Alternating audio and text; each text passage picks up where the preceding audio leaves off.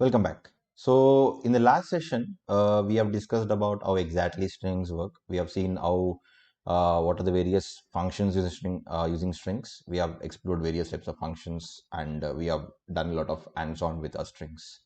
So, in today's session, let's focus on the another data structures, other data structures of Python.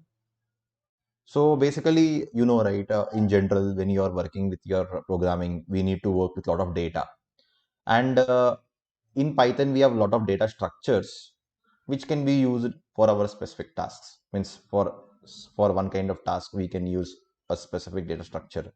For another kind of requirement, we can use another kind of data structure. So based on the requirement and based on the use case, you can use whichever data structure is flexible for you.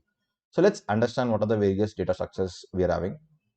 First, let us start with a data structure called as list. Okay, so let us first start discussing about list. So what exactly is a list?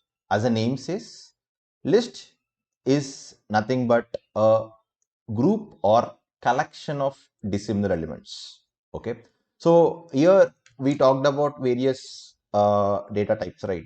Like we talked about integer, we talked about float, we talked about boolean, we talked about string. Okay, so creating when you're creating a collection of dissimilar elements, what exactly is meant by dissimilar? In general, what is meant by dissimilar? So what is meant by dissimilar? In a sense, the elements of a different data type. Here the word dissimilar stands, okay, the word dissimilar stands for different data types, different data types. So what is meant by different data types? Means here you can have a string, you can have a float, you can have anything. Means it's a collection of elements which are different in their data types. That is called as dissimilar elements. That is what list. So when you want to create a group of different elements, you can use list. Okay. Next, basically we clearly know that in Python, Python is a dynamically programming language, right? So whenever we are creating any kind of variable, or whenever we are creating any kind of data structure, we don't explicitly tell to Python that this is a list, or this a string, or this is an integer, or this is a float. So there will be a denoting factor which will tell us, yes, this is a list. Or for example, integer, if it is a number, it is an integer. If it is a decimal, it is a float. If it is denoted by single quote or double quote, it is a string. In the same way, even list has a denoting factor, and that is the square brackets. Okay, so the list is denoted by a square brackets. So something like this. So you can see this is a structure of how exactly the list looks. Okay, this is how the structure of list looks. So you can see it is denoted by your square brackets, and whatever you are seeing here, these are the elements, and you can clearly see that here the elements are separated by a comma, right? So here you have a integers and you have a string. Of course, you can have lots of other elements also. It's our wish.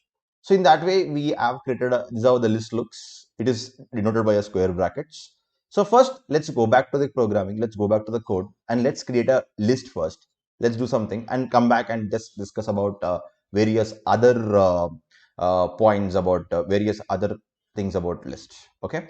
So let's go to the Jupyter notebook. So coming to the, yeah, so first let us start creating a list. As I told you, list is denoted by a square bracket. So let's do that. So I'll just say L is equal to, you can actually have a simple square bracket like this. So whenever, so you are not telling your Python explicitly that it's a list. So whenever you are denoting something by a square bracket, automatically it will assume, automatically it will take it as a list. So that is how this work. Now, if you want to know the type of this particular data, you can simply say type of L. So L again, it's just a variable. I'm taking L. You can take any variable again. So it's a list, obviously. Yeah. Now here I've created an empty list. So it's the list is empty without any elements, right? You can also create an element list with some elements. Like for example, L is equal to L, some random elements I'm taking. So here I'm taking integers, float, um, maybe string, maybe boolean, maybe um, something like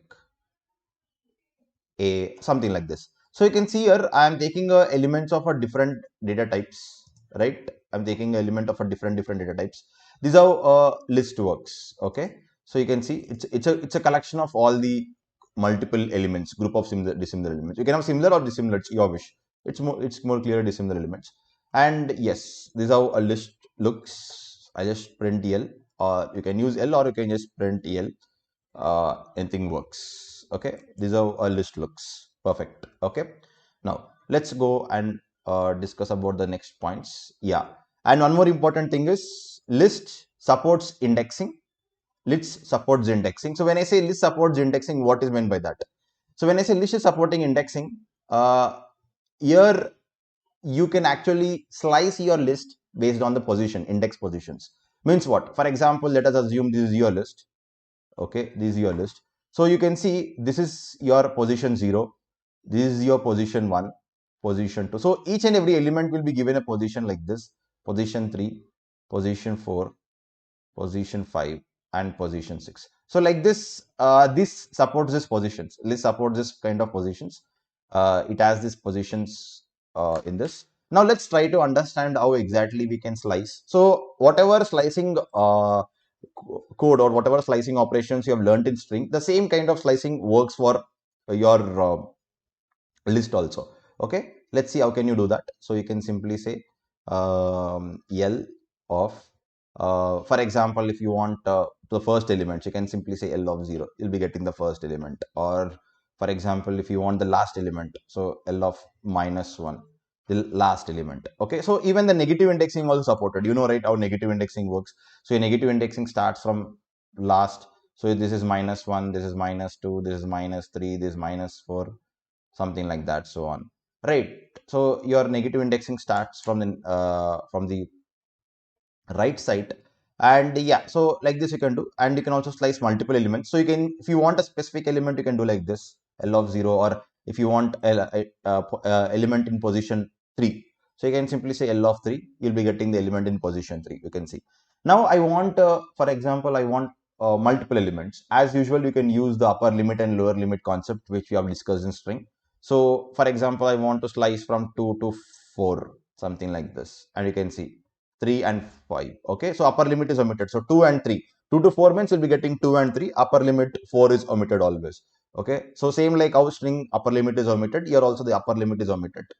Yeah, for example, if you want one colon, maybe I'll do 5. So 1 colon 5 means 2, 3, 4.5 LO, right? 1 colon 5 means 1, 2, 3, and 4. Okay, like this. In the same way, you can also do like this. Means, for example, I want first two elements. First two elements. So I can say colon 3. Okay, colon 3 means I'll be getting first 3 elements. Okay, if I say colon 2, I'll be getting the first 2 elements. Or I want last 2 elements.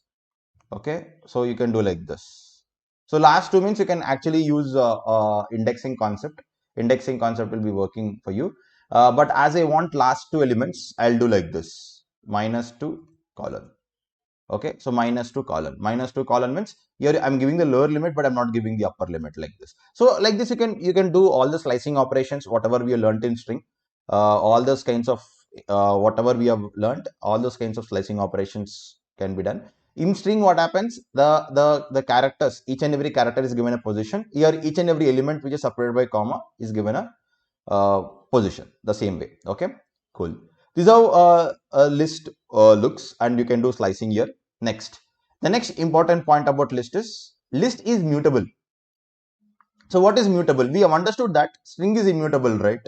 We have understood string was immutable. Means when you try to update your string value, right? When you try to update your string value, it was not possible, because once you create your string, you cannot update your string characters or something like that. But it's not the same with list. List is mutable. String was immutable and list is mutable. Means what? Once you create your list, you can modify your list a number of times you want. Okay, so for example, this is your list right now. For example, right now here we have 1, 2, 3, 4.5, like this, right? Maybe let us assume that third element I want to replace with 10.5. Okay, third element means this element, this is third element, right, according to the indexing. So this element I want to replace with 10.5. So how can I do? I can simply say first L of 3. If I say L of 3, I'll be getting 4.5 here. Now I want to replace this 4.5 whatever I am having in the list with 10.5. Okay, so I'm not creating any new variable in the same list only. I want to actually update it. Okay, so if I say L of 3 is equal to 10.5, right, you can see right now it is getting updated. Yes. So the same thing, if I perform in the string, I would get the error. I would get an error. Okay. Yesterday we have done this, if you remember, in the last class, that whenever I'm trying to update my element, for example, if I say s of 5 like this, if is equal to r, some random element, I got an error here because string is immutable. But the same thing is not with list. You can see you can update your string, update your list. So from this, I can say that list is mutable. Okay, means I can update the same list without creating a new variable. Next, and list allow duplicate values. When I say list allows duplicate values, you can have duplicate values, means n number of duplicate values. Let me show you that also. For example, let me create a list first with some duplicates and I'll show you that. Okay, so for example, I can have here 2, 3, 1, 4.5, some random, you can see. So in this way, your list, this collection supports your duplicate values also. So why I'm explicitly telling about this, because there are few data structures which doesn't support duplicate values, but list supports duplicate values. So these are the main important few points regarding list. So list is a group of elements. It is denoted by square brackets. It supports indexing, so you can slice your list by indexing operations. And list is mutable. You can modify your list whenever you want to modify it, and list allow duplicate values. These are the major important points. Now let's talk about the functions of list. Okay, how the list functions work. Okay, so coming to the functions of list, there are many functions of list. First, let us start with, so right, whenever you want to explore any functions of any data structure, for example, yesterday when we were trying to explore string, what we have done, s dot something, right, s dot tab. In the same way, when you want to find out the functions of your list, so you can simply say L dot and click on tab. Okay, L dot and click on tab. The moment you click on tab, you'll be getting a window. Okay, a window which shows all the various operations you can do with list, like you can append, clear, copy, count, extend, index, etc., etc. A lot of functions we have. And trust me guys, list is the most important data structure, because you'll be using a lot in our next coming data science course, and in data analytics and data manipulations, you'll be using a list a lot. So this is very, very important data structure we always use in many cases in our regular data science. Okay, so let's understand few functions of list. Okay, so coming to the functions of list, first let us start with a function called as append. So one more important thing is, as list supports list is mutable, as list is mutable, you can see all the mutable operations here, like append if you want to add some data into the list, or insert or remove. So all those list manipulations means you can add elements, remove elements, modify elements, all those things you can do in the list because it is mutable. Okay, let's start with this. So all kinds of mutable operations we'll learn today. So when I say mutable operations, like maybe adding element, removing element, updating elements, these all are the mutable operations, I can say. Updating the elements, so already you know how to update the elements. Just now we have seen how to update your a specific element of, for example, where we have updated 10.5 here. Now let's see how to add element. Okay, so we have a function called as append in your list. So append, what it does is, this L dot append, in this you have to give an element, it will add element at the end of the list. Okay, what append does, it will add element at end of list. Always it will add at end of list only. Okay, it will add at the end of the list. So you can give whatever element you want to add. For example, if I say L dot append of 4, you can see 4 is appended at the last. After 4.5, 4 is appended. For example, if you want to append any string or any boolean, all things you can do. For example, if you want to append any string value, for example, if you want to append Python, a word called as Python. So right, string is denoted by quotes. So L dot append Python. So in the last element, you'll be having your already we are doing it here. Yeah, so you can see Python is appended to the end of the list. In the same way, for example, if you want to append any boolean value, you can append. Okay, or if you want to append any kind of float value. So whatever value you want to append, you can append at the end of the list like this. Okay. So what append does? It will add the element at the end of the list. Okay, very good. Okay, now you know how to append a data or add a data at the end of list. But for example, you need to add element at a specific position. Means not at the end of the list, but somewhere at the middle. Somewhere at the middle or somewhere at the starting. Somewhere at in your list, not at the end. Then in that case, how do you do? So when you want to add a element at a specific position, you can use a function called as insert. Insert. Okay. So what insert does is it takes two values. Okay. Insert function takes two values. First value is your position. First value is your position. And the second value is your object. Means object in the sense what you want to add into your list. Either you want to add a specific string or integer or whatever. Okay. So what insert does? It will insert a specific element at the end of the list. Okay. Insert element at specific index. Okay. So if you are using insert, so here you can see that when I'm using L dot append, I'm not doing L is equal to here. I'm not doing L is equal to. In the last session, when you're talking about string, we would try to do S is equal to, because to update your string. But as list is mutable, the moment you call L dot append, automatically it will append at the last. Okay, so we don't need to worry about updating your list. Automatically to the existing list only it will be getting appended. This point you should note down. You should note it. Okay, cool. Now, whenever I call insert also, I'll not update my list. Automatically in the existing list only it will get inserted. Okay, so what I'm doing here at position 3, and at position 3 I'm adding an element called as data. Okay, so let's see how exactly this works. Yeah, you can see at position 3 it is adding data. So you might worry why it is vertically printing. Why it is vertically printing? Because the size, I mean the size is huge right now, because we are adding a lot of elements. That is the reason the width size is not enough for this. That is the reason it is printing vertically. So don't have to worry about this vertical or horizontal printing, because I see a lot of people confusing here. So don't have to worry about that. Okay, cool. So in this way, you insert at a specific position, you insert this element. Okay, cool. In the same way, for example, at fifth position, you want to insert element called as 4.5. So you can insert like this. You can see at fifth position, I'm having 4.5 like that. At a specific position, if you want to insert a specific element, you can use this insert functions. Okay, a position and the element you have to give. Okay, and the one more important thing is you cannot insert or you cannot append multiple elements at a single go in list. Okay, if you want to append multiple elements, then you should use something called as loop, which we'll be learning in the next sessions. Loop. Okay, but we can insert only one element, or you can append only one element at a single point of time. Okay, that is one more important point. Next. Okay, so you know now how to append, how to add element at the end of the list, and you also know how to insert element at a specific position, right? Now we'll understand how to remove elements, right? We know how to add elements right now. We'll understand how to remove elements. So how to remove elements means it's very simple. We can use a function called as pop. Okay. So whenever you use a function called as pop, it will first return us this element, the last element, and if you just look at your L, you can see the last element got removed. You can see here. This was your list actually. This was your list with these elements. Whenever you say pop, you can see the last element got removed. Okay. Again, when I say pop, again if I say pop true, you can see the last element. So it will tell us, it will also return us which element got removed. So true got removed. Now if you just look at this, yes, you can see true got removed. You have to Python only, right?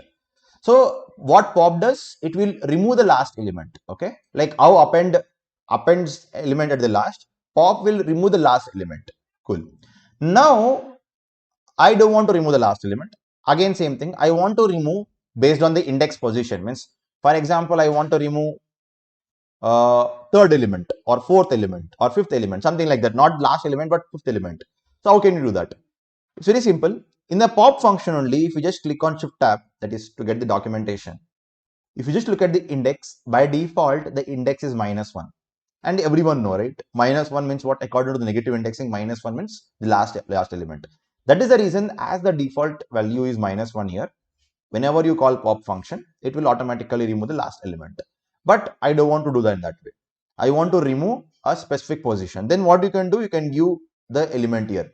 So the index position here, okay, you have to give the index position here. So if you don't give any value inside this pop, or if you don't give any argument inside this pop function, automatically it will remove the last element. If you are giving any value, I mean if you are giving any position, that is nothing but the index. So you have to give the index here. So it will remove the element based on the position. So what pop does, it will remove that specific element based on the position. For example, if I want to remove the fourth position element, okay, so if I say L dot pop, you can see 4.5 is the fourth position, and if I just look at here, yes, 4.5 got removed. Maybe I want to remove the element at the eighth position, maybe. So eighth position is 2 here, eighth position is 2. So you can see the position of 8 is removed. Okay. So in that way, if you want to remove an element of a specific index instead of last element, you can use pop of that particular index. Okay. If you don't use any element here, it will remove the last. If you don't use any index here, it will remove the last element. Okay. Cool. So you know how to remove the element. Either last element you can remove, or you know how to remove the element based on the index, that is position. But if I want to remove the element based on the value, means let us assume that I want to remove data from this. Okay. I want to remove element called as data. I don't know the position of data, but I want to remove data. Then what we can use is, we can use a function called as remove. So what pop does, pop will remove based on the position, right? After in the pop argument, in the pop, inside this pop, I have to give my position, the index of the value. Means for example, here if I want to remove data, I have to give the index as 3, right? Because the position of data is right now 3. But I don't want to give 3 right now. I want to give data itself, and I want to remove based on that. So we can use a function called as remove. So for example, if you want to remove, you can say data. So here it will remove based on the value, but not based on the position. So if I say L dot remove data, it will remove data itself directly. So here you are giving the specific element. Okay. So if you want to remove the element, okay, if you want to remove specific element based on the value, you can use this remove function. Okay. For example, if I want to remove a value called as a, so I can simply say remove a. Okay, you can see a got removed from the list. Now, for example, what if you have two elements? Here we have 4.5 and here we have 4.5, right? So how do you do that? I mean, if I want to remove, if I say L dot remove 4.5, what happens? Because here list allow duplicates. So you can have duplicate elements. For example, here I'm having 4.5, here I'm having 4.5. And if I say L dot 4.5, what happens? So what happens if I say L dot 4.5 is, let's see what happens. Okay, let's see what happens if I say L dot 4.5. Yeah. Yes. So you can see the first 4.5 got removed. So what remove does is, it will remove the first occurrence of a value, not all the occurrences, only first occurrence. So if your 4.5 is at first position, whatever 4.5 is at first position, that will be getting removed. Okay. It will remove the first occurrence of the value. No, sir, if you want to remove the last element, for example, if you say no, I want to remove the last element, then you have to do some, you should write your own logic. I mean, here in the remove function, we don't have functionality of removing from the last element. So automatically you have to go for some kind of these things. Okay. But yeah, so it removes from the last position. Okay. Sorry, it will remove the first occurrences. Perfect. So what is remove? Remove will remove the element based on the value. Cool. Next. We have one more function called as index. Index. So what index does is, so you have already explored the index function in string, if you remember. In string, we have used index function to find a element based on the value, right? The position of the element based on the, the position of the element based on the value, right? Like this. In the same way here also, if you want to find out a position of an element, for example, I want to find out the position of LO, right? In list, I want to find out the position of LO. So I can simply say L dot index of LO, I'll be getting the position of LO. So the position of LO is 3, right? You can see 0, 1, 2, 3, right? In the same way, I want the position of Python. So I can say like this. L dot index of Python. Okay. So you can see I'm getting 9 here. Okay. It's 9 position. You can also have the second argument. Like if you remember in yesterday's in the last session, we talked about the second argument, that is start. Means find of that particular element comma start, right? Index of that particular element comma start. So what is the start does? It will start searching from that particular index, right? It will start searching from that particular index. In the same way, in the list also, if you want to start searching from the second index or third index, you can do like this. For example, if I want to say L dot index of maybe 3, so already 3 is present in the second index. I want to search from the third index. For example, first if I say only L dot 3, L dot index of 3, I would get the first occurrence as usual, 2, right? So 2 is your index of 3, but I want to search from 3, third index or fourth index. So if I say L dot index 3 comma 4, 3 is your element and fourth is your starting search. So you can see you'll be getting 5 because your 3 is present, the fifth index, the third is the 5 is present because you're starting from the fourth index. You're starting from the fourth index. So in this way, you can start from specific index also in this index function. Cool. Next, you also have one more functions, some more functions like, yeah, of course we have index. One more important thing I want to point out here is, if you just have a look at this, you have something called as true, right? Just carefully observe. This is very, very interesting thing to understand. For example, if I say L dot index of true, for example, if I say L dot index of true, only true, okay, I'll just say L dot index of only true. I expect that the index should be 0, 1, 2, 3 and 4, right? I expect that index should be 4, but it is 0. The index is 0. Just pause this video and think why it is happening. Just think, just analyze. Okay. Now I'll tell you why it is happening. So why it is happening? Because if you remember, when I was discussing about data structures, I told you one important thing, that by default, Python assumes true as 1 and false as 0. It will assume true as 1 and false as 0. So for example, if we're having false in this particular list, okay, I will just add a false value. Okay, so I'll just say append false. Okay, now you can see we have a false also. So just I want to show you. Okay, so by default, yeah, I'll also append 0. Okay, I'll append 0. So I'm having false and also I'm having 0. Okay, so by default, Python will assume true as 1. That is the reason when I say L dot index of true, here already we have 1 at first position, right? That is the reason we are getting 0, because it is assuming true as 1, 1 as true. So you're getting 0 because we have that particular thing. For example, if I say L dot index of 0 only,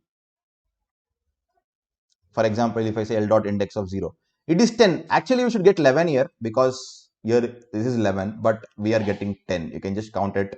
This will be 10. So by default, this very important point, true is assumed as 1 and false is assumed as 0. That is the reason you're getting in this way. Perfect. In the backend, in the backend storage. Okay. Perfect. That is what we are doing here. Perfect. Next, you also have a function called as sorting. Sort. What is meant by sort in general? Sort is nothing but either arranging your data in ascending order or descending order. And one more important thing is, you have to sort only if your data is not having a dissimilar elements of string and integers. For example, here you have only numbers. Even true is also considered as 1, right? So not a problem. So when you have only numbers, for example, I'm having a list of numbers like this, or let us consider true also. Okay, and first I will just say L dot sort function. I'll directly say L dot sort function. So if I say L dot sort function like this, you can see it is arranging in a proper ascending order. So by default, sort function will arrange your data in ascending order. You can see first 1 came, then true, because 1 and true are equal, means 1 and 1. So it is at same position. Then true, then 2, then 3, then 4.567. For example, here we have, let us assume at somewhere at the middle we have 0 and false maybe. Okay, so first comes your 0, then false, then 1, then true, 2, 3, 4.5, 6 and 7. Cool. Now I want to arrange in a reverse order, means descending order. Now it is arranged in ascending order, right? I want to arrange in a descending order. Then what we can do, we can simply say L dot sort. Here we have an argument called as reverse. Okay, we have an argument called as reverse. We can use that. Okay, so what we can say is, we can simply say reverse is equal to true. So if I say reverse is equal to true, automatically it will arrange in a reverse order like this. Okay. Now let us assume that, okay, these are okay, these are ascending order, descending order, perfect. But what happens if you have a string? Let us assume we have a string here. Okay. Let us assume that we have a string here. Okay, we have a string right now in this. Now can we sort? No, we cannot sort right now because we cannot compare a string with integer right now. So if you have a string like this, your sort function will not work. So it says this comparison operator doesn't work for string and integer. So you cannot do comparison operations for this string and integers when you have a string in this. So if you have a list with string, you cannot do that. But if you have only strings, for example, you can see this. If you have only string here, you can sort that, and it will be sorting in a alphabetical order. Okay, you can see here it is sorting in an alphabetical order like this. So like this, if you want to sort your data, you can sort in this particular, either if you have only strings, or if you have strings with numbers, you cannot do that because you know the reason. Cool. So in this way sort works. Yeah, you can also do reverse. And one more important thing I want to tell you is the function called as sorted. See, we talked about sort function, right? Okay. And if you say reverse is equal to true, it will sort in the descending order. You know that. By default, reverse will be false. Okay. It will sort in the descending order. You know that. Very good. Perfect. So you can see it is sorting in a reverse alphabetical order. Cool. Now what happens is, for example, let us take this list only. Let us take this particular list. Let me tell a scenario. Now in this particular list, I want to sort this list, but I don't want to update my existing list. I repeat once again. For example, let us assume that I'm right now sorting this. Okay, I'm having a list like this, and I'm just sorting this. For example, now when I'm sorting this, what happens? It will properly sort. Okay, let me remove the string first.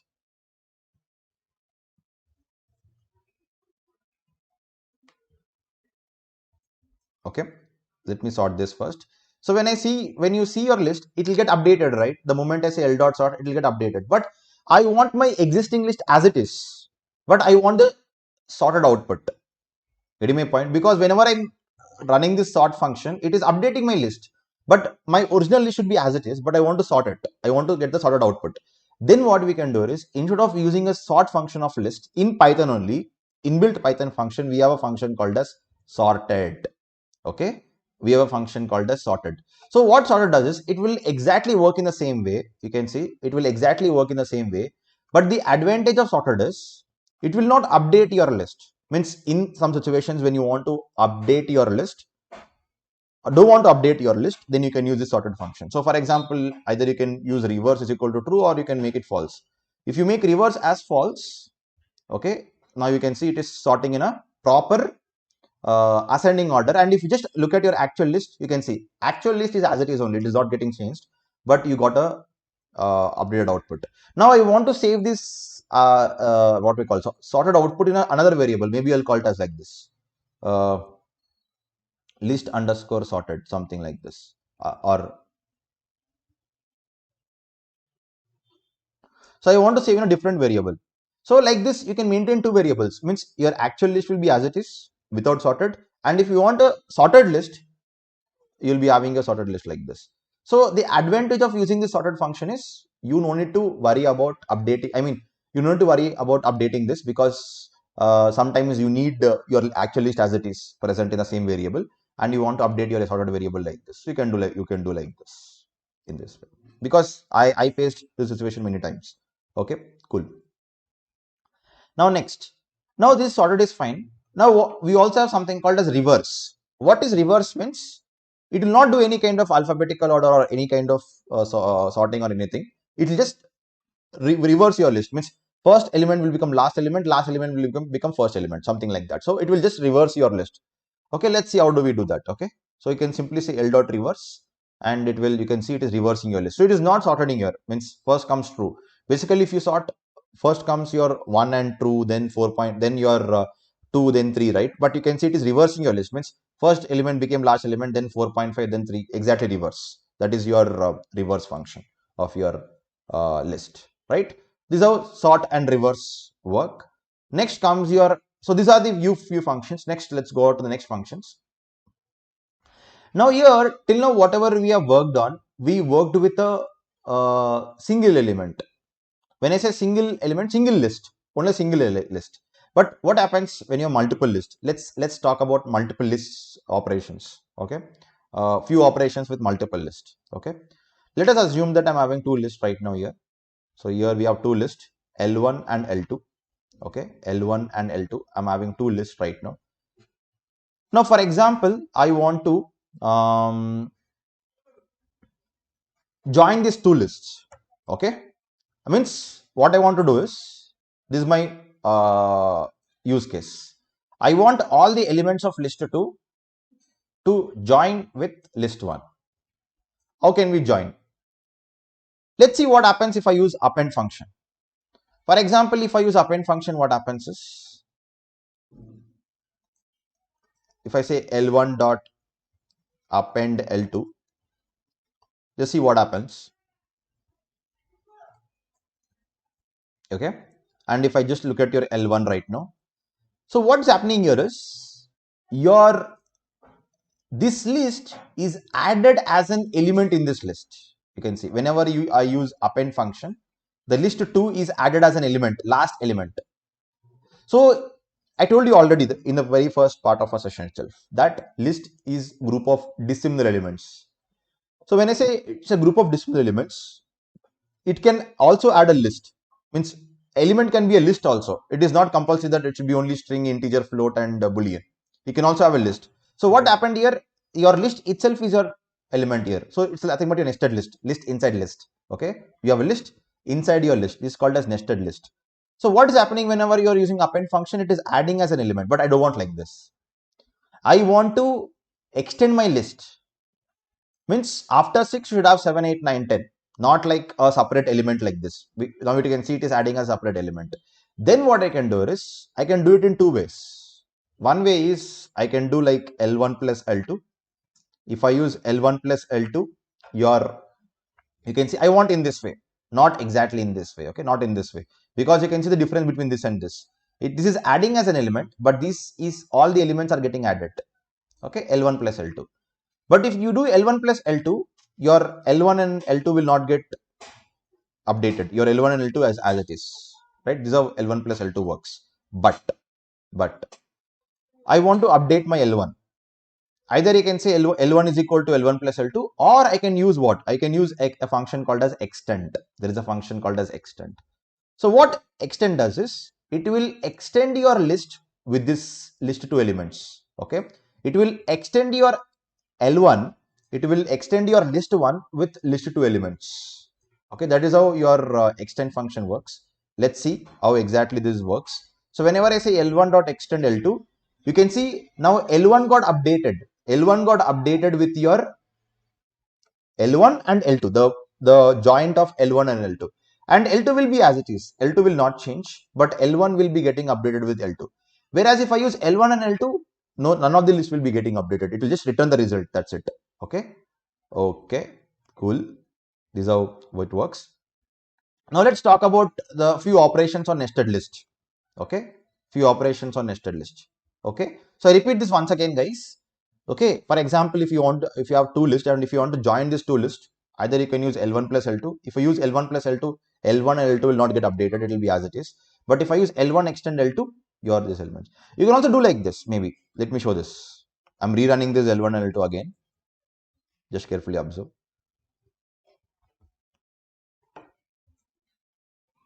Now if I do L2 dot extend L1, what happens? Now all the elements of L1 are added in L2. Okay, so here now L2 changes and L1 will be as it is. So it will be something like this: 7, 8, 9, 10, then 1, 2, 3, 4, 5, 6. 1, 2, 3, 4, 5, 6, L1 will be as it is. So all the elements of L1 are added to L2. Okay, cool. So in that way it works. Now let's go to the next function.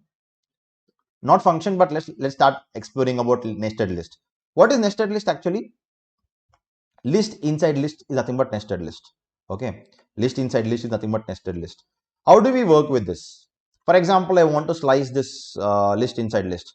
For example, I want to slice this 2 3 2 3 inside the list. We have one more list. So see, as I told you already, list is group of dissimilar elements. So this element can be a list also. This first element of your list, second element of your list, third element of your list. So it's something like this. This is your first element. This entire list is your first element. This is your second element. This is your third element. And this is your fourth element. Okay. And in that list, you have one more list with again 1, 2, 3 as usual. Okay. So this is called as nested list. Now, how do we work with this? How do we work with this? Means very simple. For example, let us assume that I want to get the first element. If I say L of 0, I'll be getting 1, 2, 3, 4, 5. You can see. Or if I say L of 1, I'll be getting 2, 3, 4, 5, 6. L of 2, obviously 4, right? Like this. Now I want to slice 2 and 3.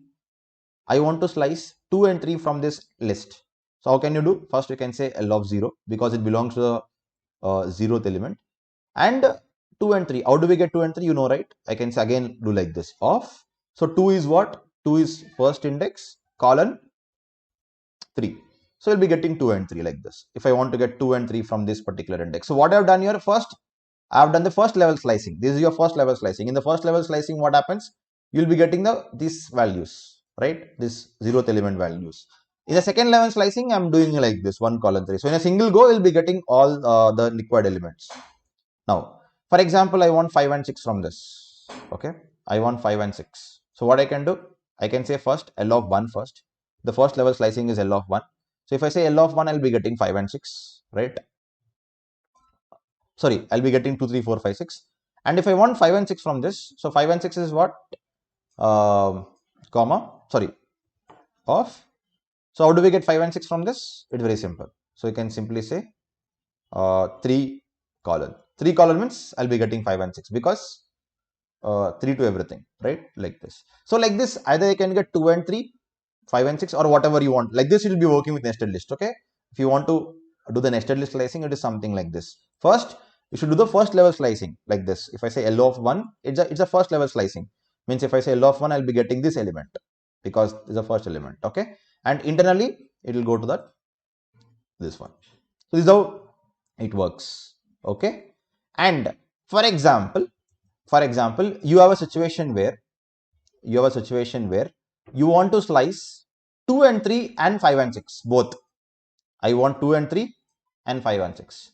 So right now we don't have any option to slice in a single go. So what we can do is we can do like this. First I'll get 2 and 3. Okay. And I'll add with 5 and 6. That's it. So we'll be getting 2, 3, 5, 6. Because first I'm getting, you know how to get 2, 3, right? 2 and 3, yes, like this. You know how to get 5 and 6, right? Yes. So you can just add this. But we cannot get at a single go. I mean, we cannot do of 0 and of 1 at a single go. That is the reason we should use this operations. Okay. Means if you want to get 2 and 3 and 5 and 6 at a single go. Cool. This is how you'll be working with a simple nested list. You can just practice out. You'll be getting more things. Yeah. Next. The next function is copy. So what exactly copy does? Let me show you. Before learning about copy, first thing, what is copy in the sense? In general, what is copy in the sense? Let me show you. If I just say this is your list, for example, this is your list with 1, 2, 3, 4, some elements in this. And if I say L1 dot copy, it will return the copy of your elements. But what is the need of this copy function? Because if I say L1 also, it will return the elements, right? If I just say only L1 also, it will be giving us elements. But what is the main use of copy function? What is the main use of copy function means? Let me explain you. For example, let me take a scenario where you have a list L1 as usual. And what you want to do is, you want to store this L1 elements in a variable. Okay. Means I want to store your L1 in a variable called as A, a temporary variable called as A. Okay. So I'll just take a variable, or I'll take the variable called as temp itself. Okay. And I'm storing L1. So what I want to do, I want to store your L1 data in your a variable called as temp, a temporary variable. Okay. So why we are storing? Because I want to manipulate your L value, L1 value, but I want your original L1 as it is. I want this original list as it is, right? I want your original list as it is, but I want to manipulate your L1. Okay. That is the reason to maintain my L1 as it is. I am taking a variable called as temp. Cool. So you can see your temp right now. So temp is having your L1 elements and your L1 is also as it is having the elements. Okay. Now the thing is, let me add some cells here. Yeah. Now the thing is, now what is my main goal here? Right now, what is my main goal? So L1 is having some elements that I'm added to temp such that I can manipulate my L1. Okay. Manipulate means add some elements or remove some elements. Maybe I'm adding some element. I'll just say L1 dot append of 5. Okay. I'm just appending a 5 value here. So why I'm appending to L1, we expect that temp should not change, right? Because temp is a temporary variable to retain my L1. So we expect that temp should not change, right? Temp should be same as your previous value only. So let us see L1 right now.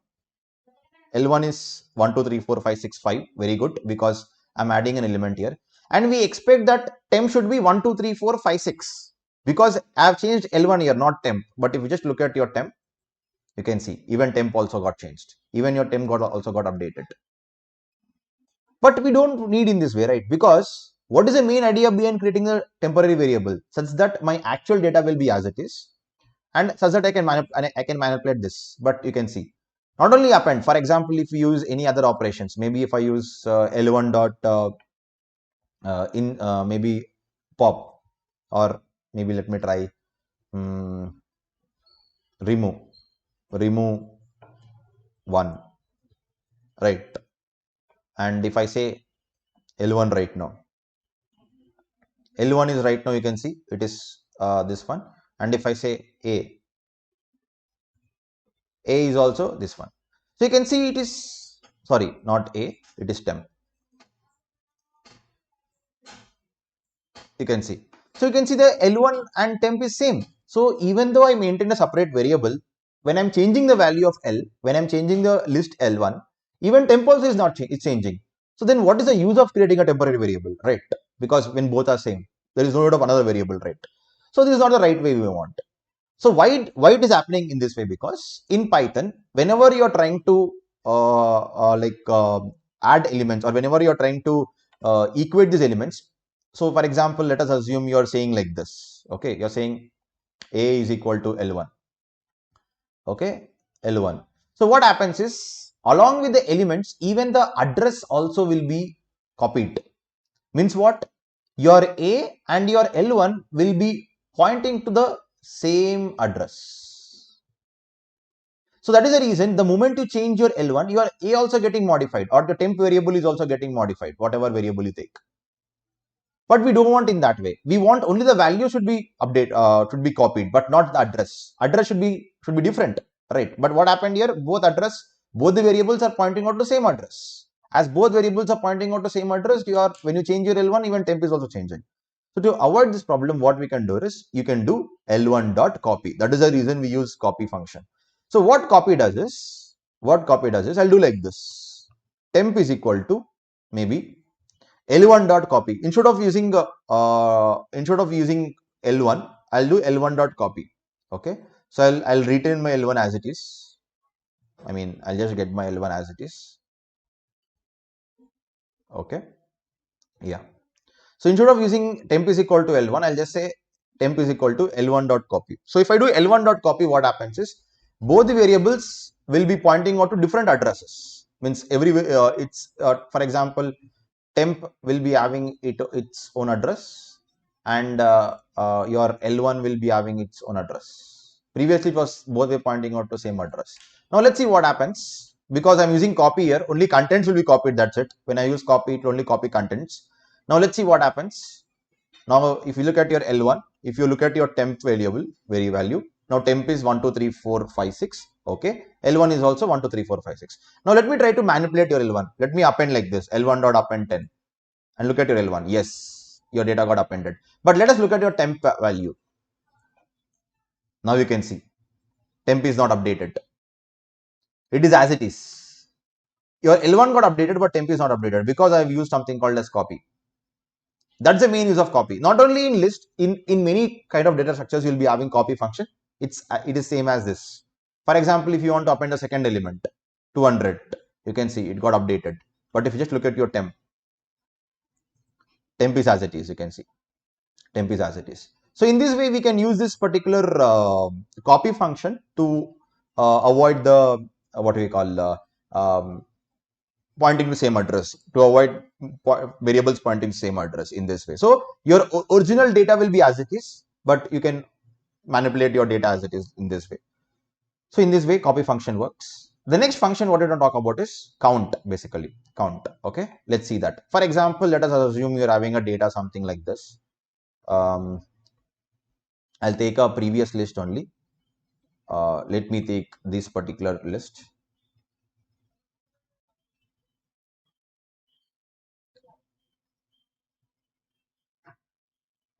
Yeah, so I'll take this list and I'll have some duplicates here.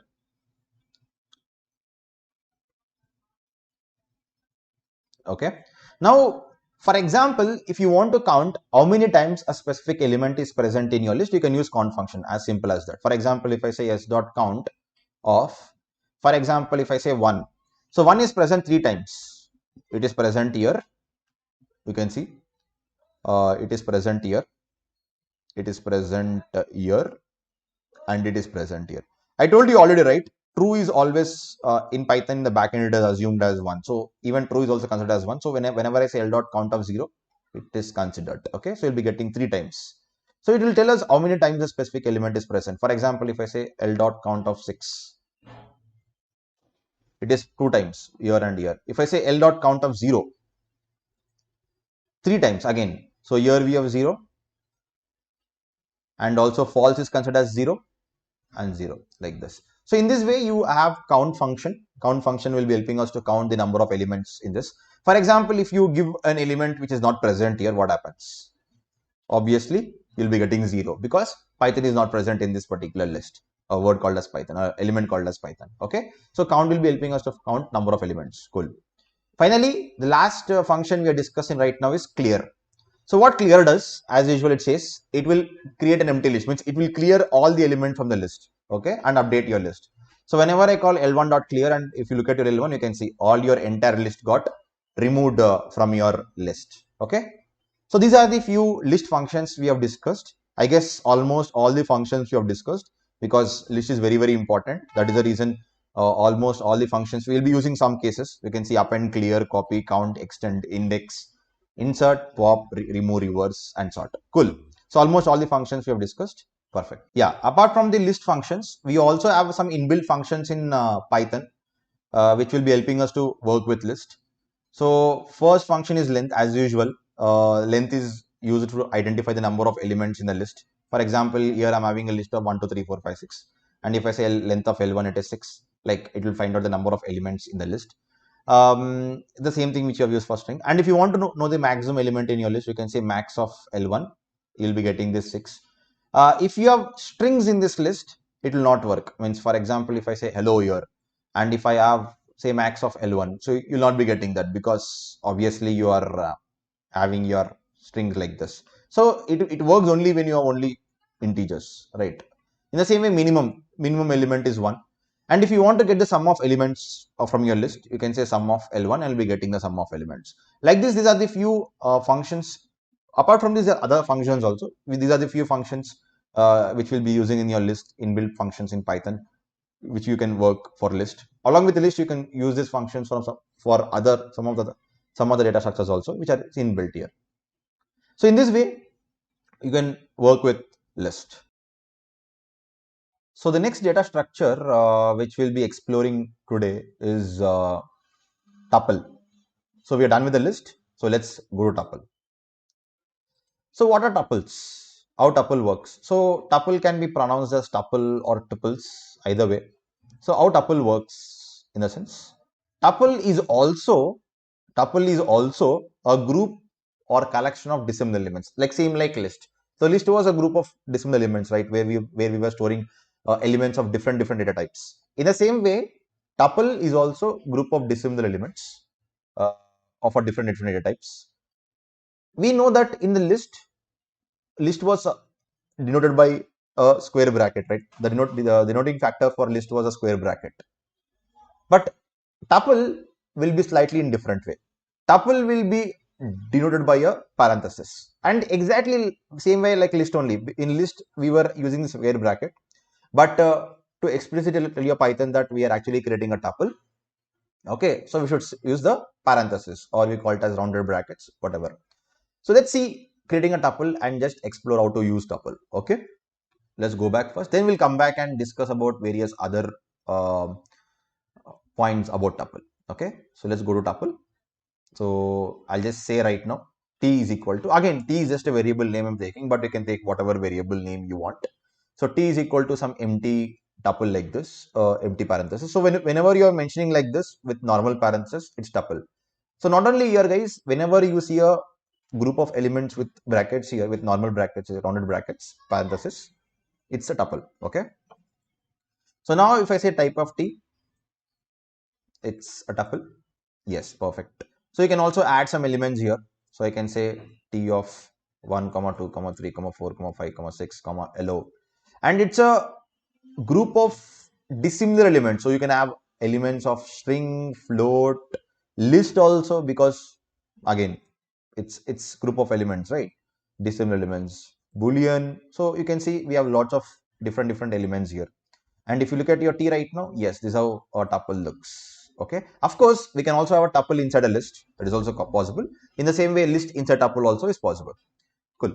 Now let's go back. So this is how a tuple looks. Let's go back and to the next point. Tuple supports indexing. So you can perform all kinds of indexing, like how do you done for list? You can do the same thing for tuple. Means, for example, if I say t of 0, you'll be getting the first element, or t of -1, you'll be getting the last element. Or if you want to get some multiple elements, for example 3 to 5, so I'll be getting 3 and 4 element, like this. So all kinds of indexing is possible in tuple when you want to slice your tuples.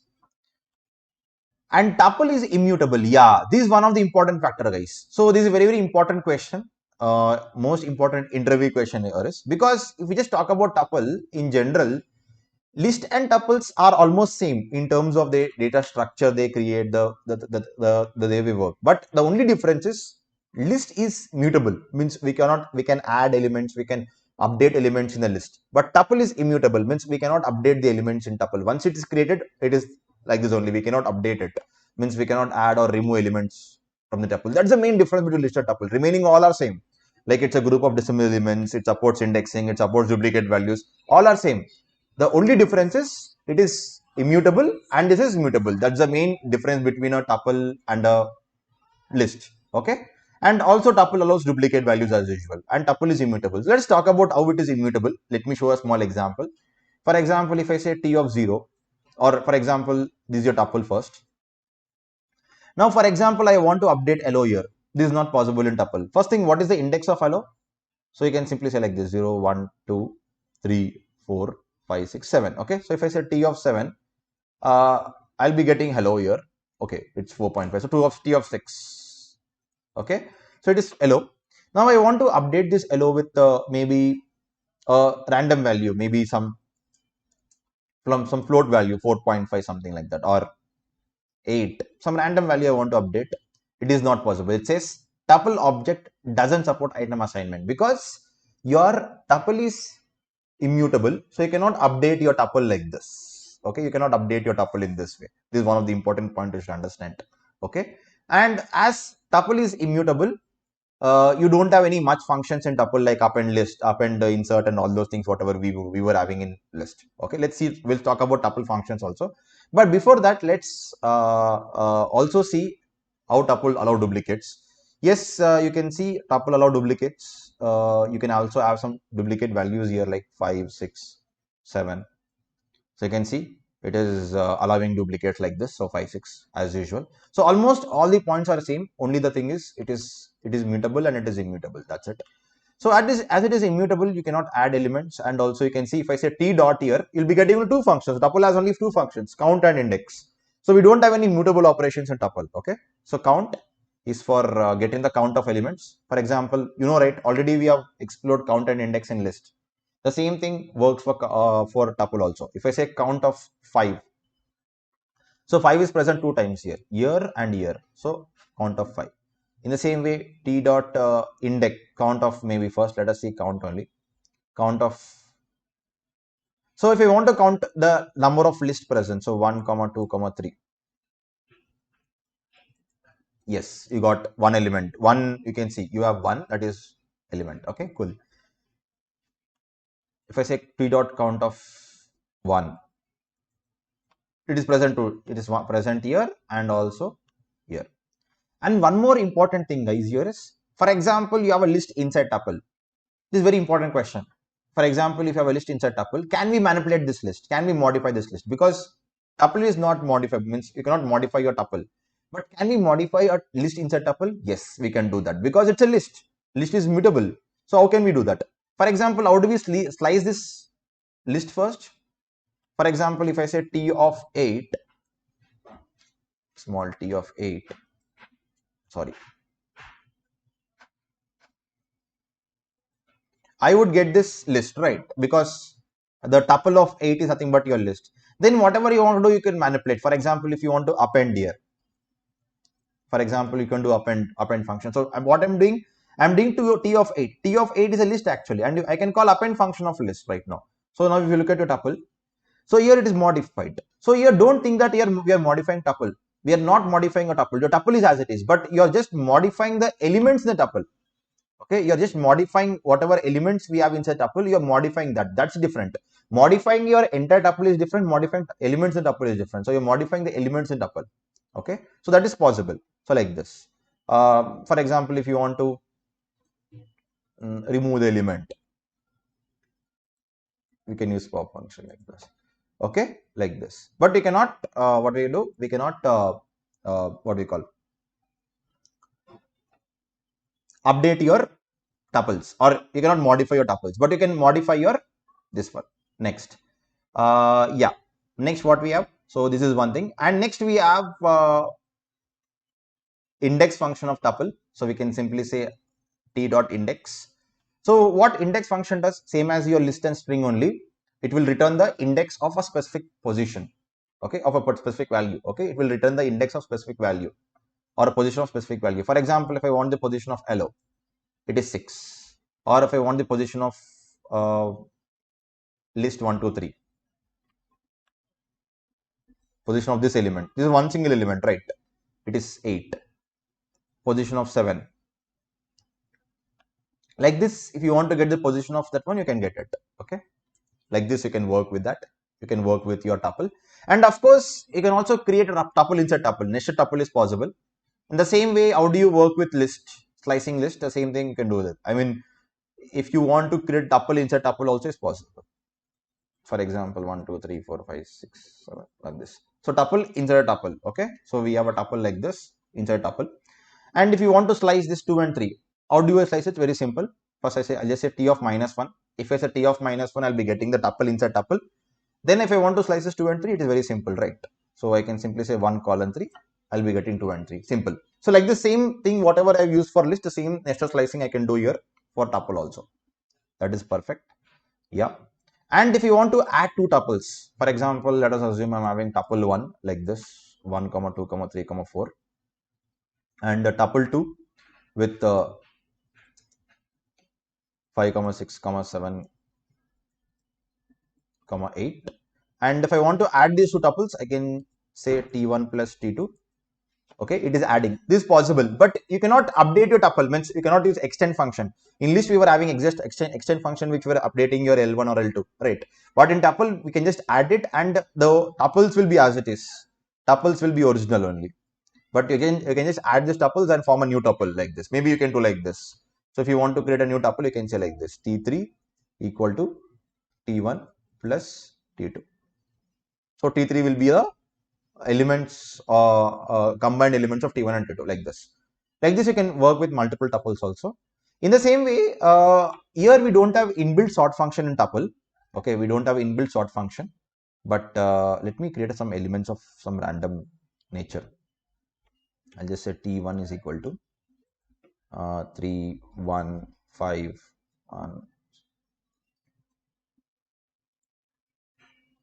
So these elements are random right now, random in nature. Okay. Now, if I want to sort this tuple, I don't have inbuilt function called as sort, like how do we have in list, but we can use a function called as sorted. Already we have discussed this, right? Inbuilt function to sort your list, to sort your tuple also. But what happens is, unfortunately, this will return a tuple list only. Again, if you want to convert into tuple, you have to use like this: tuple of, you should say like this, tuple of sorted. Then only the values will be converted into a tuple. Okay, or else by default, this, even though you give a tuple inside this, it will return a list, sorted list. But when you want to convert into tuple, you have to use tuple of this one. Okay, like this. In the same way, you can use all the functions like max of t1, it will return the max, min of t1, it will return the minimum value, sum,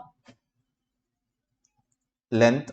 So all these functions you can use, like whatever you have used in tuple, you can use the same thing in the list.